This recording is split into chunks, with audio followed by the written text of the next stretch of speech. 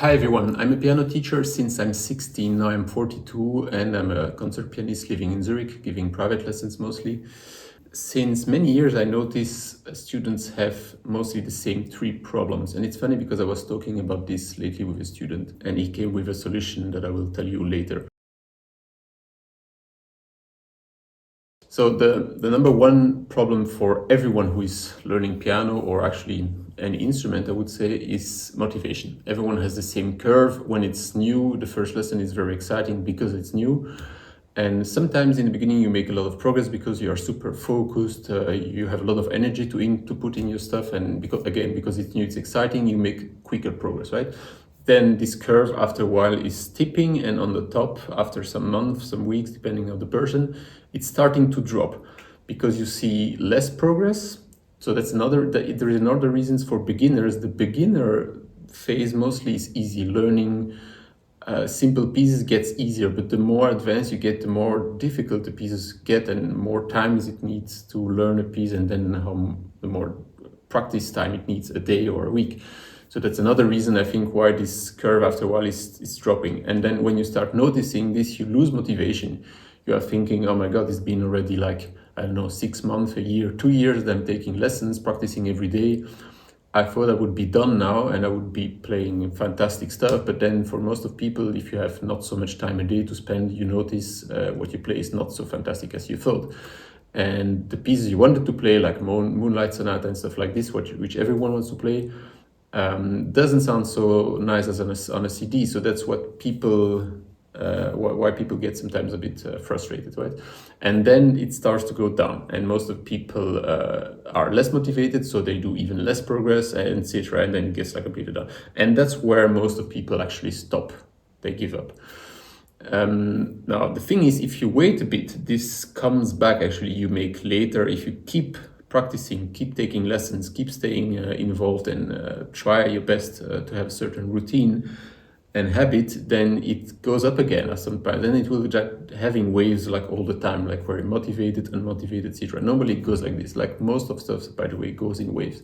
And I would say if you say these waves on many years, let's say 10 years, you would probably see that it's doing this, but going slightly up with time, right? Your level goes up, but slowly. So that's the big main first problem people have when they learn an instrument, mostly at the beginning. Actually, I have a bit these waves too. Sometimes I'm motivated, sometimes I'm not, right? Even on a professional level. The second big thing I noticed with students, and the big problem I had as a kid, as a teenager, is reading notes. Because it's a new language, it's not enough to just know what it is, you have to practice it and you have to be able to read very fast. So it's not like, let's say, an alphabet. An alphabet, you have like letters you learn. It's actually not easy either, right? As a baby, when you learn alphabet, it takes years before a kid can read and write. Now, the thing is with an alphabet is you practice this, let's say 12 hours a day with everyone, because you're just listening to people who talk and you write and everything. If you would practice music, I would say at the same rate, you probably would do the same kind of progress, much faster, but you of course don't have so much time left for music. And then the other thing with music, with notes, reading notes, is you have to do it at such a speed which you don't do with reading or talking. And also, like if you play an instrument like piano, you have multiple voice and notes and layers you have to read at the same time. So you can get to places in Rachmaninoff, for example, where you have like 5 notes each hand at the same time. So it's like reading 5 lines in the book at the same time, right? It's a lot of stuff you have to do.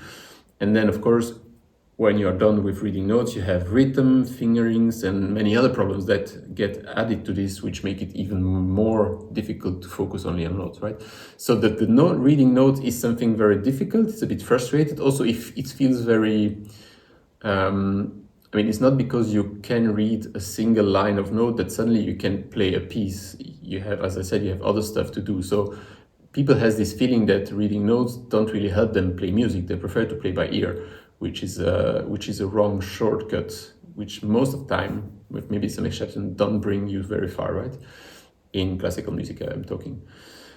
Yeah, so that's, and actually I had this frustration very long too, because I was not so good with reading notes when I was a kid, and I struggled many years, and I did like summer camp, 6 hours a day for a week, reading notes all days. I did like, I have of course 1 hour a week reading notes in music school. I had this on the side, doing homework, reading notes, until late conservatory. After my master, I really started to be better at reading notes. And then careful, reading notes and sight reading at the piano are a bit different stuff. You can be very good at reading notes, but you can be not a good sight reader, and opposite too. Like this, one helps the other, and if you can both, you're better, but actually it's still a bit separated.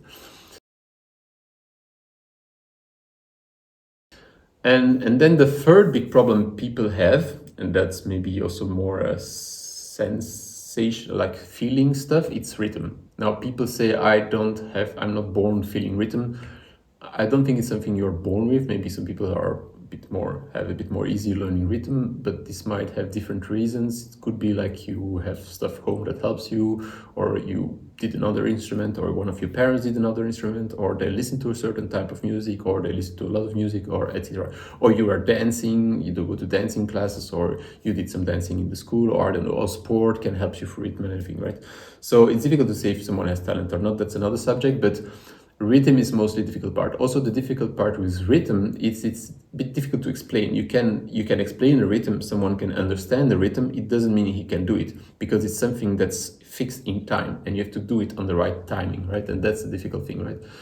And it has also something to do with memorization. Like if rhythm, you will become good in rhythm if you memorize the rhythms. So if you know how this rhythm sounds, da da da, I don't have to think how these rhythms sound. I see it in my head how it's written, and I know when I see this, it's like this. The first time I saw it, I had to think how does it work again, and then of course you're too late because the rhythm is already over in your next bar, right? So the rhythm is two different stuff. It's memorizing rhythm patterns and then be able to deliver them on the right time and right speed, which is also difficult. So that's also something you have to practice a lot before getting good at, and some people really struggle with this. Some people are a bit more intuitive, let's say. I think also something you can practice. And again, in music, the problem is don't have only the rhythm, you have the notes, you have the pedal, you have other stuff. I think, like, as I said, again, in my quite long career for my age, because I started giving some lessons when I was 16, so I had a lot of students and could see patterns, right? As I said, I also always noticed these are the three main problems almost everyone has. I would say like 95% people have these three problems in different variations, but globally that's it, right? So I was talking with a student once about this, and then I said, yeah, I'm trying to find apps. I found an app where reading notes was helping, and then I found another app where rhythm was not so bad, and then for motivation I thought I was actually tracking my time for sport and for other stuff, and I realized this is motivating me. By the way, yeah, so I will come to this later. And then the student said, yeah, I said that I found these different apps, but they're not so great, and it's three different apps. You have to have three logins and everything. And why? And then the guy said, "Why you don't make an app for this?" And I said, "Yeah, it's too difficult. It takes so much time, and app is complicated and everything." And then he said, "No, you should try." So it's what I did. And that's my point. Actually, of course, it's a kind of advertisement for the app, or I'm explaining also why I made the app. So I'm insisting on this. My app is made to solve three problems I noticed my whole life as a teacher, right? I didn't make the app to earn money. Of course, I'm happy if it's making money, but that's not the reason I created the app. The first reason is I wanted to solve these three problems for everyone, including me, actually, because I was using an app for tracking my practice, but the app disappeared. It stopped being there, I don't know. So I was looking for another one and didn't find a good one. So yeah, let me explain why this is solving every problem. So of course, reading notes separately from the piano and doing rhythm exercise separate from the piano is useful. It will not solve all your problem. You are solving different kind of small problems, and altogether it will help being better at the piano or instruments. So before, when I was a teenager, we did this with books. You have a book with rhythm exercise, like 50 pages of different rhythm exercise from easy to difficult. Same for reading notes. By the way, for reading notes, there is a method that I'm following in this app, which is actually very useful. Follow the method, try it in the app. It's not done. I'm adding I will add a ton of exercise later.